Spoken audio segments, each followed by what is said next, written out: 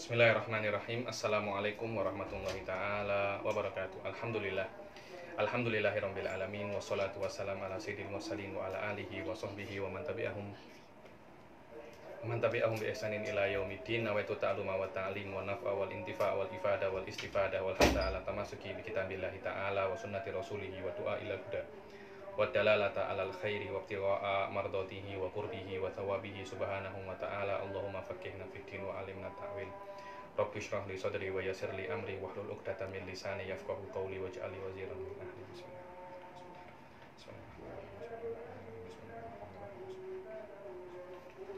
Alhamdulillah, kita teruskan lagi dalam kelas ke-7 kitab Hidayatul Hidayah ini.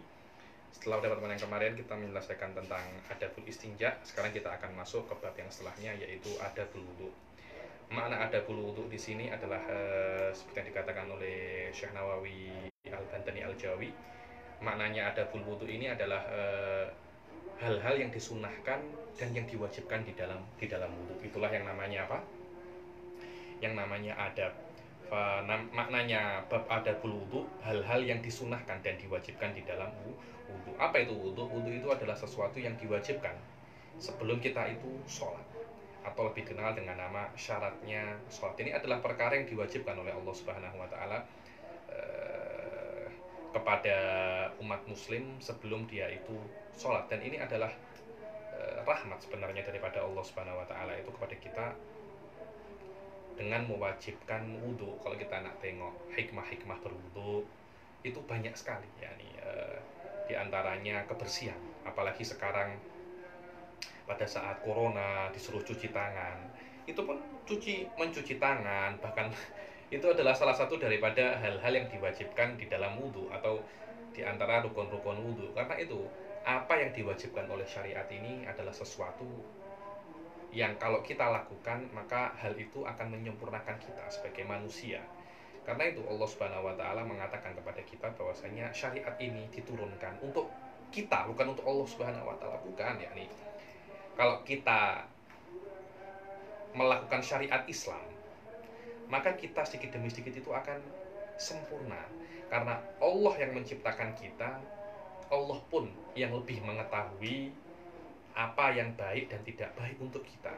Maknanya yang paling baik bagi kita adalah melakukan syariat Islam yang sudah Allah Subhanahu wa Ta'ala turunkan dengan cara berwudu, sholat, zakat, puasa. Semua itu adalah hal-hal yang jika kita lakukan kita akan menjadi lebih sempurna.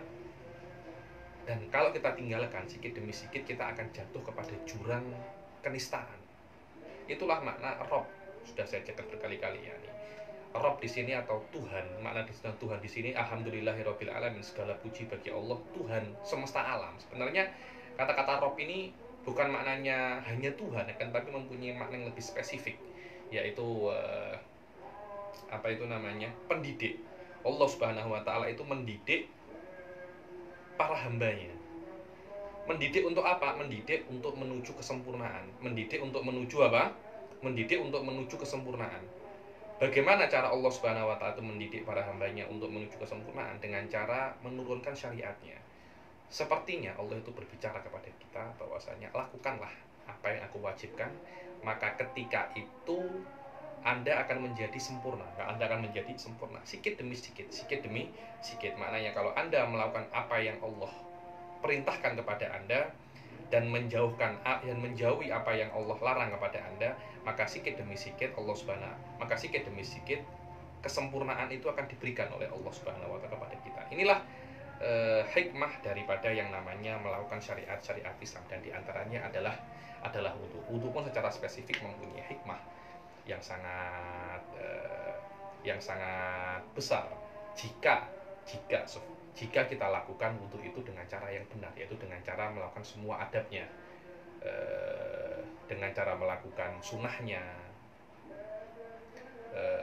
kewajibannya, semuanya kita lakukan. Bahkan para ulama itu mengatakan barang siapa yang ingin tahu bagaimana kualitas sholatnya, silakan tengok wudunya. Kalau wudunya itu baik, maka confirm sholatnya itu akan baik. Kita tengok bagaimana cita Sayyidina Ali Zainal Abidin As-Sajjad, yang ketika itu berwudu sudah pucat mukanya. Kenapa? Karena beliau mengetahui bahwasanya aku berwudu ini, aku bersiap-siap untuk bertemu dengan Allah Subhanahu wa taala dengan cara sholat. Karena sholat itu kita seperti berbicara dengan Allah Subhanahu wa taala. Kita dipanggil oleh presiden, oleh perdana menteri, kita akan memakai baju yang paling bagus agar tidak malu-maluin. Begitu pula kalau Anda bertemu dengan Allah Subhanahu wa taala, hendaklah perbaguslah wudu Anda, perbaguslah wudu Anda dengan cara melakukan semua sunnah dan kewajibannya. Anda tidak akan bisa melakukan wudu sebaik-baiknya kecuali Anda mengetahui mana yang dimakruhkan, mana yang disunahkan, dan mana yang diwajibkan. Ketika Anda mengetahui semua itu, maka Anda akan mempunyai potensi, kemampuan untuk melakukan wudu itu sebaik-baiknya. Tanpa adanya itu, wudu itu akan menjadi amburadul. Akhirnya wudu itu tidak menjadi sebuah kesempurnaan, membuat kita ini khusyuk untuk sholat, bukan untuk prepare, persiapan untuk sholat. Bahkan wudu akan menjadi ajang untuk merusak sholat kita kalau kita tidak sebaik-baiknya untuk berwudu. Anda tengok bagaimana orang-orang itu sekarang berwudu. Ada yang berwudu itu tidak sampai 1 menit. Saya dulu pernah melihat guru saya, Al-Mufti Syekh Muhammad bin Ali Al-Khatib, ketika itu berwudu. Beliau berwudu itu lengkap sekali, duduk tenang, wudu dengan lengkap. Yakni seperti mengajarkan kepada kita bagaimana wudu yang hakiki yang dicontohkan oleh para aslafun as-solihun, para aslafun as-solihun, dan menjelaskan bagaimana pentingnya yang namanya wudu tersebut. Tengok, wudu ini bukan hanya sebuah seremonial, maknanya Anda sebelum sholat hanya wudu. Bukan itu, akan tetapi wudu itu melambangkan sebuah toharoh, maknanya Anda kena toharoh daripada sesuatu yang kotor, zahir dan batin. Karena itu yang namanya wudu itu, selain membersihkan debu yang ada di dalam tubuh Anda, wudu pun juga membersihkan dosa-dosa yang ada di dalam tubuh Anda. Karena itu setiap kitab fikih dalam mazhab Syafi'i akan diawali dengan sholat, dan sholat akan diawali dengan yang namanya wudu. Yang namanya apa? Wudu. Kenapa? Karena wudu itu adalah syarat daripada sholat. Dan ada sebuah isyarat, tafsir isyarat di sini bahwasanya kalau wudunya itu bagus, biasanya sholatnya itu bagus. Karena itu setiap kita fikih diawali dengan yang namanya wudu. Ini adalah tafsir sufi, bukan tafsir fuqaha, karena fuqaha akan melihat bahwasanya yang namanya wudu itu hanya syarat daripada sholat. Yang namanya syarat harus dikedepankan daripada masyhur. Akan tetapi pandangan seorang sufi akan mengatakan bahwasanya ada sebuah hubungan dengan bagusnya wudu dan bagusnya sholat. Maknanya kalau sholat Anda bagus, bisa dipastikan bahwasanya pasti wudu Anda sebelumnya itu bagus. Kalau sholat Anda itu asal-asalan, tidak khusyuk, semua memikirkan bagaimana makan hari ini, lauknya apa, sambal apa, nasi apa, nasi goreng apa, nasi goreng Cina kah, nasi goreng Pattaya kah, nasi goreng kampung kah, maknanya bisa dipastikan Anda ketika wudu itu tidak khusyuk. Sekarang Imam Ghazali akan menjelaskan kepada kita tentang bagaimana kita itu seharusnya untuk berwudu, agar kalau kita bagus wudu kita, insya Allah kita akan bagus. So, tengok. Babu adabul wudu. Babu adabil wudu. Fa idza faragta minal istinja'i fala tatrukis siwaka. Fa innahu madharatun lil fammi wa mardatun lir rabbi wa maskhatatun lisyaitan. Jika kalian itu sudah selesai beristinja, maka jangan tinggalkan siwak. Jangan tinggalkan apa? Jangan tinggalkan bersiwak. Yani setelah Anda beristinja, bersiwaklah. Kenapa? Karena siwak ini disunahkan di setiap perkara. Di setiap apa? Di setiap perkara. Anda tiba-tiba, tapi yang paling penting siwak itu disunahkan ketika sebelum wudu, sebelum sholat, dan ketika bangun daripada tidur, atau ketika mulut Anda itu merasa kurang sedap, kurang enak, nafasnya sedikit bau, bersiwaklah. Bersiwaklah. Dan siwak secara global disunahkan di keadaan apapun. Begitu pula setelah istinja. Kenapa? Karena yang namanya siwak itu madharutun lil fam, mensucikan mulut. Maknanya kalau Anda itu sering bersiwak, mulut Anda insya Allah akan suci. Makna suci di sini bukan maknanya kalau mulut Anda najis Anda siwaki, bukan seperti itu. Maknanya madharatun lil fam ini, mulut Anda akan terhindar daripada najis-najis maknawi, seperti menggibah, mencaci maki. Maknanya yang namanya siwak itu akan menjauhkan daripada maksiat mulut. Ya mungkin banyak orang tidak tidak tidak percaya, akan tetapi Allah Subhanahu wa taala menjadikan alaqah, yakni alaqah antara siwak dan hubungan antara siwak dan dan taat. Maknanya semakin Anda banyak bersiwak, maka insya Allah mulut Anda akan dihindarkan daripada banyak sekali maksiat. Itulah maknanya madharatun lil fam. Maknanya mulut Anda akan suci daripada banyak sekali dosa. Wa mardhatun lir rabb. Tengok. Mulut itu bersih, mulut Anda bersih.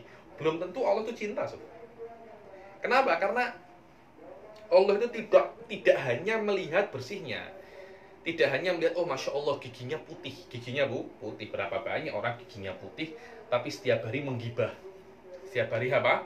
Menggibah. Karena saya pernah dengar istilah-istilah ini, banyak yang mengatakan tanpa malu, yuk kita menggibah, outdoor. Ada lagi gibah indoor. Saya bilang ini apalagi ini istilah-istilah yang baru lagi. Jangan. Menggibah itu hanya akan menambahi najis, kotoran di dalam mulut Anda. Kalau memang mulut Anda itu banyak kotoran, maka akan terus ingin mengatakan hal-hal yang tidak baik. Bagaimana untuk membersihkan kotoran-kotoran maknawi yang ada di dalam mulut? Banyak-banyaklah Anda itu bersiwak. Madharatun lil fam. Kalau mulut Anda itu bersih daripada najis-najis maknawi, daripada dosa-dosa, maka akan otomatis Allah itu akan ridho. Maka mulut Anda akan menjadi tempat ridhonya Allah Subhanahu wa taala. Maknanya gara-gara bersihnya mulut Anda, Allah akan menjadi ridho kepada Anda. Kalau Allah ridho kepada Anda, setan akan marah kepada Anda. Tengok.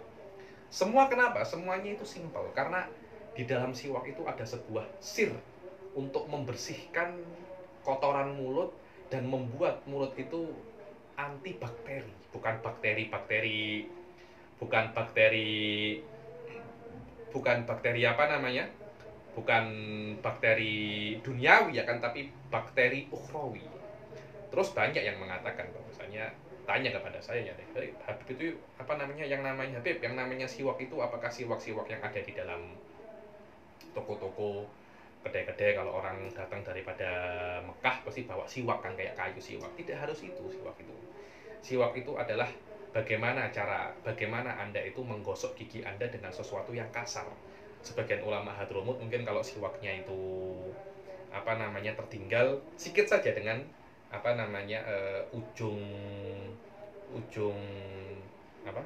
baju, tapi kalau bisa hal-hal semacam itu dihindari karena banyak yang mengira itu adalah perkara yang jorok.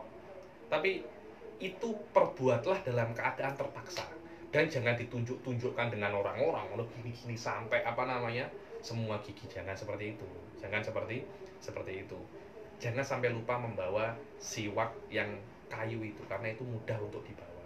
Akan tetapi inti daripada siwak itu bukan hanya siwak yang kayu itu, akan tetapi menggosok gigi dengan sesuatu yang kasar apapun itu. Kecuali Anda menggosok gigi dengan mulut tangan Anda, itu tidak dikatakan itu bersiwak. Kan itu bersiwak. Karena itu kalau Anda sikat gigi itu secara bahasa pun juga dikatakan Anda itu sudah bersiwak. Karena itu ketika Anda sikat gigi, niatkanlah untuk bersiwak. Insya Allah sikat gigi Anda pada pagi hari setelah bangun tidur atau sebelum tidur menjadi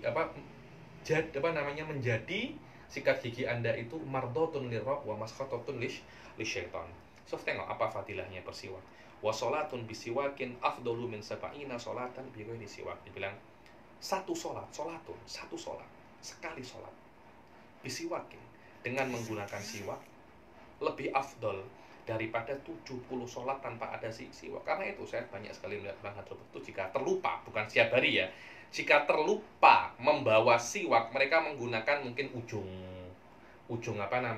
sorban, ujung rida, ujung baju. Kenapa? Karena mereka tidak ingin tertinggal. Mungkin orang-orang akan mengatakan itu jorok. Memang iya, banyak mengatakan ini jorok.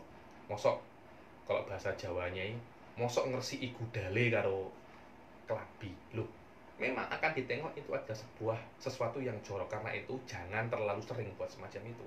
Jangan sampai lupa membawa siwak. Tapi kalau dalam keadaan terlupa membawa siwak, pakailah seperti itu. Kenapa? Karena pahalanya jauh lebih banyak daripada cemooh orang. Memang akan ada cemooh orang, kan, tetapi maslahahnya itu lebih besar daripada mafsadahnya. Oh, maknanya kalau tidak memakai siwak sholatnya tak sah. Loh, ini adalah pemahaman yang salah. Tidak memakai siwak sholatnya sah. Memakai siwak sholatnya pahalanya lebih besar. Karena itu dikatakan satu sholat dengan menggunakan siwak pahalanya 70 kali daripada sholat tanpa siwak. Sebagian orang mengatakan bahwasanya maknanya ya Habib, kita takyah sholat berjamaah, tak usah sholat berjamaah, lebih baik sholat memakai siwak saja. Karena sholat berjamaah pahalanya 27 kali lipat, sedangkan memakai siwak pahalanya 70 kali lipat. Maknanya pahalanya bersiwak lebih afdol daripada pahalanya sholat berjamaah. Itu adalah pemahaman yang salah. Karena itu Syekh Nawawi Al-Bantani, saya tadi murojaah Marokil Ubudiyah, syarah daripada kitab Bidayatul Hidayah ini, dikatakan bahwasanya pemahaman ini adalah pemahaman yang salah. Kenapa? Karena memang kalau Anda tengok angkanya 70 lebih besar daripada 27, akan tetapi ini bukan masalah angka tapi masalah kualitas. Oke, sama-sama 27-nya, satunya 27 real Yamani, satunya 27 ringgit. Besar mana? Jelas besar 27 ringgit. Oke, satunya 70 rupiah, satunya 27 ringgit. Besar mana? Jelas besar 27 ringgit. Satunya 70 ringgit, satunya 27 dolar. Besar mana? Jelas besar 27 dolar. Jadi angka ini bukan tolak ukur. Di dalam mata uang pun kita melihat dohirnya seperti itu ya nih. Ada 70 dinar Jordan, 70 dolar, 27. Angka ini bukan tolak ukur banyak ataupun sedikit, akan tetapi kualitas. Sedikit tapi berkualitas lebih baik daripada banyak kuantitas banyak tapi tidak ada berkualitas. Karena itu dua sholat berjamaah fadilahnya lebih besar daripada sholat bersiwak. Oh Habib, kalau saya siwakan saya tidak berjamaah. Kalau saya berjamaah saya tidak siwakan. Berjamaah tidak usah bersiwak. Tapi kalau Anda bisa berjamaah dan bersiwak, nurun ala nur. Nurun ala nur, karena satu derajat sholat berjamaah jauh lebih tinggi daripada 70 derajat yang ada di siwak. Sama-sama derajatnya, akan tetapi kualitasnya berbeza. Itu yang dikatakan oleh Syekh Nawawi Al-Bantani. Sholat bisiwakin afdalu min sab'ina sholatan bighairi siwak. Kemudian kalau Anda sudah bersiwak, sumajlis. Setelah Anda istinja, bersiwak, duduklah. So, kalau wudhu itu berduduk.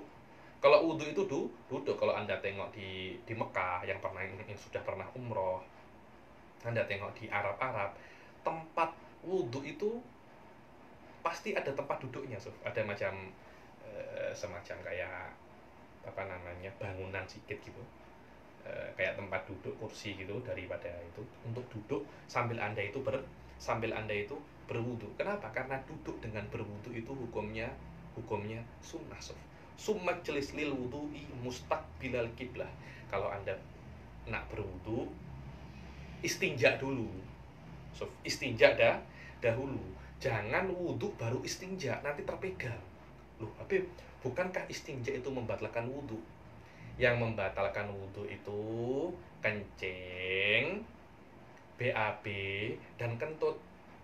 Istinja tidak membatalkan wudhu, tapi kalau sampai tangannya terpegang, kemaluan, wudhunya akan batal. Karena di antara yang membatalkan wudhu adalah tersentuhnya tangan dengan kemaluan, tersentuhnya telapak tangan dengan kemaluan. Karena ada potensi yang sangat besar tersentuhnya telapak tangan dengan kemaluan.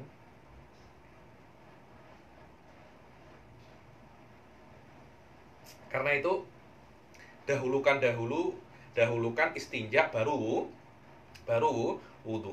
Sumajlis lil wudu'i mustaqbilal qiblati ala mawdi'in murtafi'in kaila yusibaka rasyas. Kemudian kalau Anda ingin berwudu setelah Anda bersiwak, duduklah menghadap kiblat, dan duduk Anda itu sikit atas, maknanya di tempat yang atas. Kenapa? Karena agar kalau air itu turun ke bawah tidak terpercik air itu, karena air itu mungkin akan kotor atau apa, sarung Anda akan basah, kan tidak nyaman. Karena itu duduknya agak ke atas, jangan duduk di bawah. Nanti kalau airnya jatuh, Anda terpercik airnya, Anda mau masuk Anda mau masuk masjid semuanya basah, malah bisa-bisa nanti security masjid tidak memperbolehkan Anda masuk masjid karena Anda basah. Waqul bismillahirrahmanirrahim rabbi a'udzubika min hamazati syayatin. Dibilang bismillahirrahmanirrahim, doanya untuk sebelum berwudu, ya Allah, aku meminta perlindungan denganmu daripada hamazati syayatin, daripada hamazat syayatin. Ketika saya tengok hamazat ini artinya apa, ditafsirkan oleh Syekh Nawawi Al-Bantani, hamazat ini maknanya wasawis. Apa? Wasawis maknanya waswasah, tipu daya, godaan. Ya Allah, dengan berwudu ini aku meminta kepadamu perlindungan daripada godaan setan. Wa'udzubika rabbi yahdurun. Dan ya Rob, aku meminta perlindungan kepadamu daripada yahduruni. Apa itu yahduruni? Ditafsirkan oleh Syekh Nawawi Al-Bantani, yahduruni ay yajurruni ila ma'asik. Ya Allah, aku meminta perlindungan kepadamu daripada setan, jangan sampai setan itu menarikku untuk bermaksiat kepadamu. Karena yang namanya wudu itu adalah perlindungan daripada perlindungan daripada setan. Ini diantara hikmah daripada berwudu. Bahkan sebagian para nabi itu mengatakan, barang siapa tidak dalam keadaan berwudu kemudian terkena setan kah, kemasukan jin kah, digoda setan, dibilang fala yalumanna ila nafsah. Jangan kalian itu menyalahkan kecuali diri Anda sendiri. Wudu itu adalah perisai. Kalau ada santet kah, ada teluh kah, ada apa, kalau Anda berwudu kenanya akan sedikit. Kalau kena pun tidak akan banyak. Itu adalah perlindungan ilahi, asuransi ilahi berwudu. Kan jangan sampai kalian itu lepas wudu. Bahkan sebelum tidur itu wudu lah. Kenapa? Kalau Anda sebelum tidur Anda wudu, ngimpinya itu baik-baik, bukan ngimpi yang seram-seram, ngimpi dikejar susana lah, ngimpi dikejar kuntilanak lah. Itu karena kenapa? Karena dari awal Anda sebelum tidur tidak melakukan sunnah-sunnah tidur yang dikatakan oleh Imam Ghazali. Summa ghsil yadaka thalathan. Kemudian dahulukan tidak ada keran, tidak ada, kalau Malaysia cakapnya tidak ada pipe. Tidak ada keran. Akhirnya wudunya bagaimana? Wudunya itu mungkin di tempat, kemudian tangannya itu masuk, dan tempatnya itu 2 kulah. Sebelum Anda itu memasukkan tangan Anda ke bak, hendaklah kalian itu mencuci tangan Anda dulu. Dibilang summa ghsil yadaika thalathan qabla an tudkhilahumal ina. Kemudian sebelum kalian tuh memasukkan tangan kalian ke bak atau ke ember, karena dulu itu tidak ada keran, sekarang sudah ada keran. Tinggal nyalakan keran, air akan turun. Zaman dulu tidak ada keran. Terus macam mana? Akhirnya di ember atau di bak. Jadi Anda itu mengambil air daripada masuk ke ember, masuk ke ember tadi itu. Terus bagaimana? Summa ghsil yadaika thalathan qabla an tudkhilahumal ina. Kalau Anda sebelum memasukkan tangan Anda ke bak yang berisi air itu, maka hendaklah mencuci tangan dahulu. Kenapa? Karena mungkin kadangkala kita itu bangun tidur langsung kencing, kemudian berwudu. Ketika kita itu tidur, kita tidak tahu tangan ini di mana. Mungkin tangannya itu di tempat-tempat kemaluan kita atau di mana. Sebagian orang, Suf, ini ada hadisnya, Suf. Dibilang fa innahu la ya'lamu aina batat yadah. Dibilang barang siapa yang bangun tidur kemudian ingin berwudu, hendaklah dia itu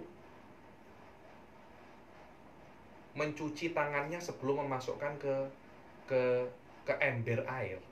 Kenapa? Karena dia itu tidak tahu di mana dia meletakkan tangannya ketika dia itu tidur. Kita itu tidak sadar ketika tidur itu tangannya itu di mana, pegang-pegang yang apalagi yang punya istri, tidak tahu tangan tuh pegang-pegang apa, itu tidak tahu, kita sudah tidur kok. Beberapa orang mengingkari hadis tersebut. Akhirnya Dia mengatakan bahwasanya, loh saya tahu di mana tangan saya tahu. Akhirnya besok dia tidur, tangannya itu masuk dubur sampai segini. Kenapa? Karena ada unsur mendustakan Rasul Shallallahu Alaihi Wasallam. Dulu supervisor saya mengatakan ketika dia dulu belajar di Mesir, ada satu orang itu mengingkari bahwasanya kenapa kok kita ini wudhu kemudian kentut, wudhu kita ini batal. Kita membasuh muka, membasuh tangan, mengusap rambut, mengusap kepala, kemudian membasuh kaki. Yang keluar angin, maaf, dubur. Tapi kok yang membatalkan selain dubur ya, minimal kalau yang keluar angin itu dubur, yang dibasuh itu duburnya. Tapi kenapa kok wudhunya itu batal? Terus setiap hari setiap dia mengajar, ketemu sama orang, pasti mengatakan masalah ini. Kenapa kok seperti ini? Kenapa kok seperti ini? Terus akhirnya supervisor saya itu lama tak berjumpa dengan orang tersebut.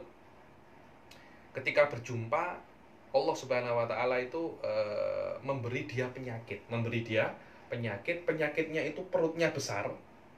Kemudian keluar kentut itu seperti musik. Jadi kentutnya itu bunyinya tidak karu-karuan. Dan dia sadar, ya Allah, Allah beri saya penyakit seperti ini karena saya meragukan hikmah daripada hal tersebut. Yakni ini adalah syariat Allah. Mungkin Anda tidak mengetahui hikmahnya. Kenapa yang keluar angin itu dubur, tapi kita disuruh membasuh muka? Kan tidak ada kena-mengena. Loh, Anda tidak tahu hubungan. Ketidaktahuan Anda hubungan antara kentut dan membatalkan wudhu, itu tidak menandakan itu tidak ada hubungan. Tidak tahu bukan berarti tidak ada. Karena itulah, selama hal itu sudah sabit dari Rasulullah SAW, Anda tidak boleh ingkari. Ini adalah alif baktanya Islam. Karena kita meyakini bahwasanya yang namanya Rasul itu sodik. Selama dia itu sodik, jujur, tidak pernah berbohong. Maknanya fakullu ma atabihi rasulu fahakuhu tasdiqu wal qabul. Apapun yang dibawa oleh Rasul Shallallahu Alaihi Wasallam, maka kena Anda percayai. Kena Anda apa? Kena Anda percayai. Fahakuhu tasdiqu wal qabul. Begitu pula Rasul mengatakan, sebelum Anda berwudu, kalau Anda ingin memasukkan tangan Anda ke dalam bekas, ke dalam ember, cuci dulu, jangan langsung dimasukkan. Kenapa? Karena kalian tidak tahu di mana kalian itu meletakkan tanganmu ketika tidur. Jangan Anda ingkari itu. Jangan Anda ingkari. Kenapa? Karena perkara ini sabit daripada Rasulullah Shallallahu Alaihi Wasallam. Cuci 3 kali, setelah itu baru silahkan masukkan tangan Anda ke ember, ke bak. Dan ketika Anda memasukkan tangan Anda ke dalam ember itu, atau ketika Anda itu membasuh tangan Anda tidak 3 kali, berdoalah, Allahumma inni as'alukal yumna wal barakata wa a'udzubika minasyu'mi wal halaka. Ya Allah, aku meminta kepadamu itu keberkahan, ya Allah. Yumna wal barakah ini sama. Wa a'udzubika minasyu'mi wal halaka. Ya Allah, aku berlindung kepadamu daripada kesialan dan kehancuran, ya Allah. Summan wi raf'al hadathi aw istibahatis sholah. Kemudian setelah Anda membasuh tangan Anda memasukkan tangan Anda ke dalam bekas, ke dalam ember, niat wudu, mengangkat hadas kecil atau memperbolehkan sholat. Sama niatnya dalam wudu itu banyak cara ya. Anda boleh berniat mengangkat hadas kecil, boleh mengangkat hadas, juga boleh takyah kecil pun juga tidak ada masalah.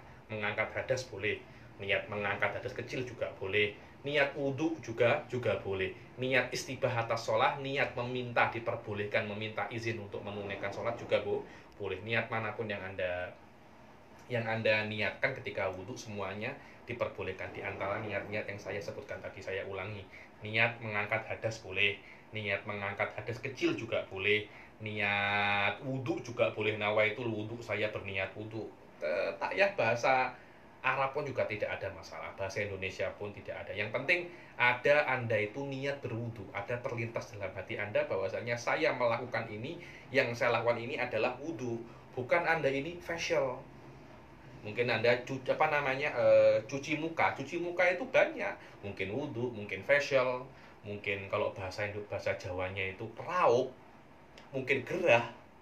Karena itu ketika ada banyak sekali kemungkinan, maka syariat mewajibkan kepada kita itu untuk berniat ketika itu sebelum berwudu. Kenapa?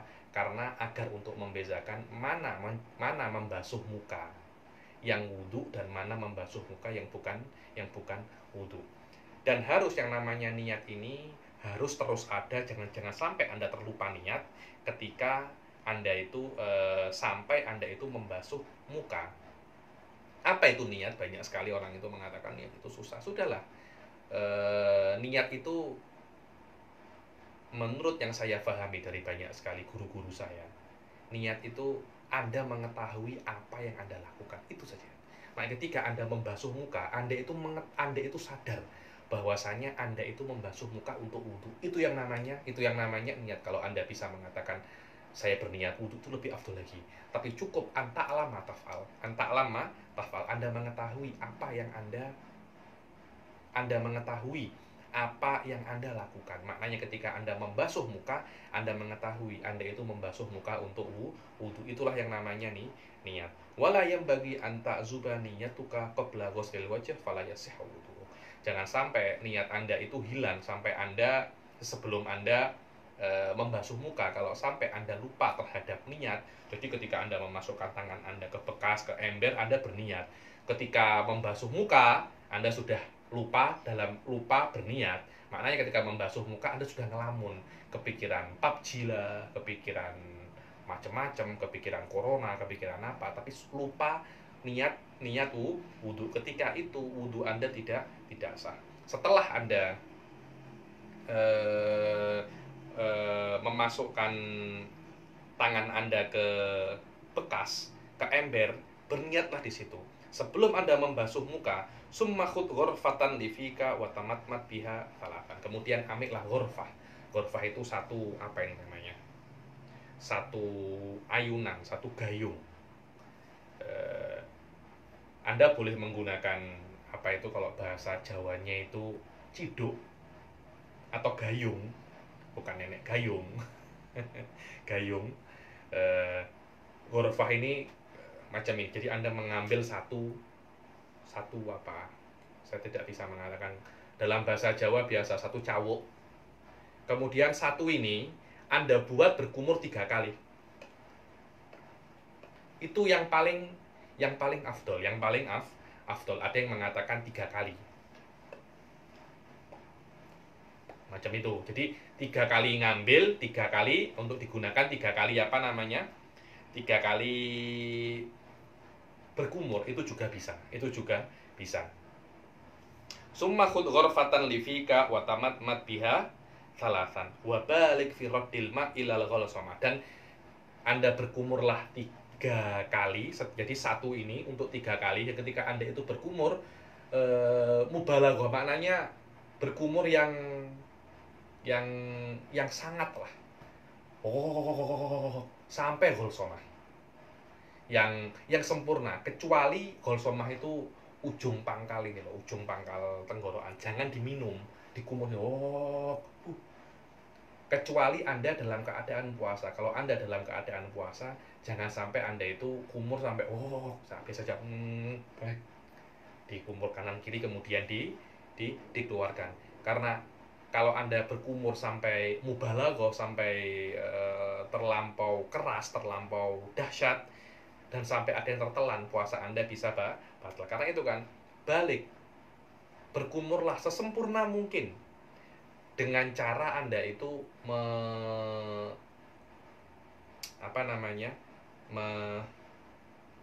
membuat air itu sampai ke pangkal tenggorokan Anda, ke ujung tenggorokan sebelum masuk ke dalam tenggorokan yang dalam. Kecuali Anda itu dalam keadaan berpuasa. Kalau dalam keadaan berpuasa, jangan sampai Anda itu mubalaghah. Mubalaghah itu berkumur dalam keadaan yang sangat sempurna. Jangan seperti itu. Kenapa? Karena ada potensi air itu akan masuk, dan itu potensi yang sangat besar sekali. Kecuali kalau di dalam mulut Anda ini ada najis. Kalau di dalam mulut Anda ini ada najis, maka Anda diwajibkan untuk mubalaghah walaupun Anda berpuasa. Dan kalau ada air yang terminum, tidak ada apa masalah. bagaimana Habib, air kok apa, mulut kok najis? Mungkin giginya copot, akhirnya banyak darah. Giginya copot, akhirnya banyak banyak darah, kan najis kan? Mungkin dia tengok ada sate kambing, oh ini sedap ini. Ternyata sudah makan satu, sudah dikunyah satu, itu bukan kambing lah, itu babi. Walama, akhirnya semuanya ini adalah najis. Ketika itu diwajibkan untuk mubalaghah. Wakul Allahumma a'inni ala tilawati kitabik wa kasrati dzikrilak wa tsabbitni bil qawli tsabit fil hayati dunya wa fil akhirah. Ketika Anda berkumur, berdoalah. Apa doanya ya? Apa doanya wahai Imam Ghazali? Ya Allah, a'inni, bantulah aku ala tilawati kitabik. Ya Allah, dengan berkumur ini jadikanlah aku ini mudah untuk membaca Al-Qur'an ya Allah. Jangan hanya membaca berita, jangan hanya membaca koran ya Allah, apalagi membaca komik ya Allah. Jadikanlah aku ini mudah untuk membaca apa? Al-Qur'an, untuk membaca kitab-kitab agama ya Allah, untuk membaca hadis, membaca Al-Qur'an ya Allah. Dan banyak untuk berzikir ya Allah. Jangan banyak ghibah indoor, ghibah outdoor. Ini apalagi nih istilah-istilah ini? Saya dengar istilah itu satu tertawa. Ya mbok ada tok zikir indoor, zikir outdoor, maulid indoor, maulid outdoor. Kok ini ghibah? Wasabbitni bil qawli tsabit fil hayati dunya wa fil akhirah. Dan ya Allah, tetapkanlah aku dengan perkataan yang sabit. Para ulama mengatakan qawli sabit ini la ilaha illallah Muhammadar Rasulullah. Ya Allah, jadikanlah tetap aku ini berpegang teguh dengan syahadat la. Tetaplah aku ini beriman kepadamu ya Allah. Tetaplah aku ini dalam keadaan Islam di dunia dan di dalam akhirat ya Allah. Kemudian setelah Anda itu berkumur 3 kali, ambillah satu cawuk lagi, satu apa? Satu, saya tidak bisa mengatakan apa bahasa Jawa, bahasa Indonesianya itu. Tangan Anda beginikan, akhirnya ini air semua, itu namanya ghurfah. Itu namanya apa? Ghurfah. Summa khud ghurfatan ya anfik. Ambillah satu ghurfah lagi untuk hidungmu, memasukkan air ke dalam hidung itu namanya istinsyak. Namanya apa? Istinsyak. Mengeluarkannya namanya istinthar. Memasukkan namanya istinsyak, mengeluarkan namanya istinthar. Istinsyak ini lebih afdol daripada berkumur. Memasukkan ke dalam hidung lebih afdol, lebih besar pahalanya daripada berkumur. Kenapa? Karena sebagian ulama mengatakan bahwasanya memasukkan air ke dalam hidung itu hukumnya wajib, tapi tidak ada satupun ulama yang mengatakan bahwasanya berkumur itu hukumnya wajib. Anda ambil satu untuk tiga kali. Untuk tiga kali. Ini di dalam fikih namanya kaifiyatul fasl. Kaifiyatul apa? Fasl. Maknanya memisah antara berkumur dan memasukkan air ke dalam hidung. Tapi yang paling afdol lagi, Anda ambil satu, berkumur, masukkan hidung. Berkumur, masukkan hidung. Berkumur, masukkan. Jadi 1 untuk 6. 1 cawuk air gini untuk berkumur 3 kali dan untuk beristinsyak 3 kali. Itu yang paling afdol, itu namanya kaifiyatul wasl. Kalau Anda ambil satu untuk 3 berkumur, ambil satu lagi untuk 3 istinsyak, itu namanya fasl, memisah. Yang lebih afdol itu menyambung. Para ulama mengatakan memisah lebih menyambung kaifiyatul wasl lebih afdol. Tapi memisah lebih bersih. Ada lagi yang paling rendah derajatnya, ambil satu berkumur sekali. Jadi 3 untuk 3 kumur, 3 lagi untuk 3 istinsyak. Jadi 6 ghurfah. Itu yang paling rendah. Yang lebih rendah lagi tidak berkumur dan tidak istinsyak. Itu yang lebih rendah lagi itu. Yang lebih rendah lagi. Jangan sampai ditinggalkan berkumur dan istinsyak ini. Kemudian Imam Ghazali di sini mengajarkan kepada kita cara al-fasl. Cara apa al-fasl kan? Ambillah satu, berkumur 3 kali. Ambil lagi satu lagi untuk istinsyak 3 kali. Istinsyak adalah memasukkan air ke dalam hidung. Wastansyik biha talasan. Maka hiruplah air itu ke dalam hidung 3 kali. Kalau di Tulungagung itu ini seperti gurah. Seperti apa? Gurah. Jadi mengeluarkan lendir-lendir yang ada di dalam hidung. Maka hiruplah air itu ke dalam hidung Anda 3 kali. Kemudian keluarkanlah biha mafil anfi min rutubah. Setelah Anda hirup, keluarkanlah keluarkanlah lagi airnya itu. Apa-apa yang ada air di dalam yang sudah Anda hirup, Anda keluarkan lagi. Dan ketika Anda itu menghirup air, berdoalah, Allahumma arihni raihatal jannati wa anta anni radin. Ya Allah, berilah aku bau surga ya Allah, dan Engkau dalam keadaan Engkau ridho kepadaku.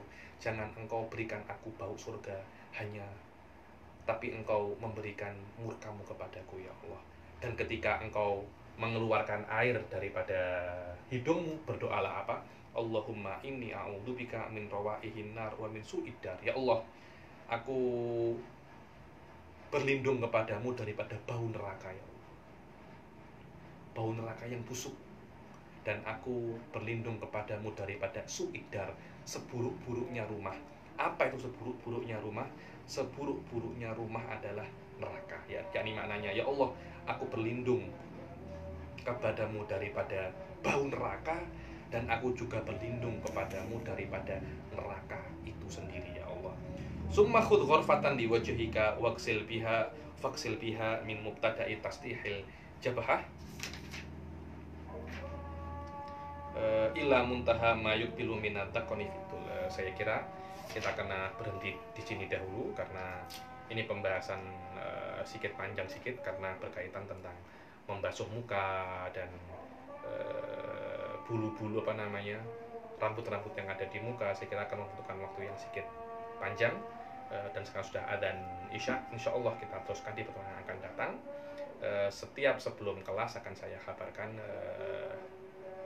1 hari sebelumnya atau beberapa jam sebelumnya, tapi schedule kita setiap minggu adalah hari Selasa setelah maghrib. Itu jika tidak ada halangan atau tidak ada emergensi. Kalau ada emergensi akan saya kabarkan sebelumnya. Kita akhiri sampai sini. Wabillahi taufiq wal hidayah wa ridha wal inayah. Assalamualaikum warahmatullahi taala wabarakatuh.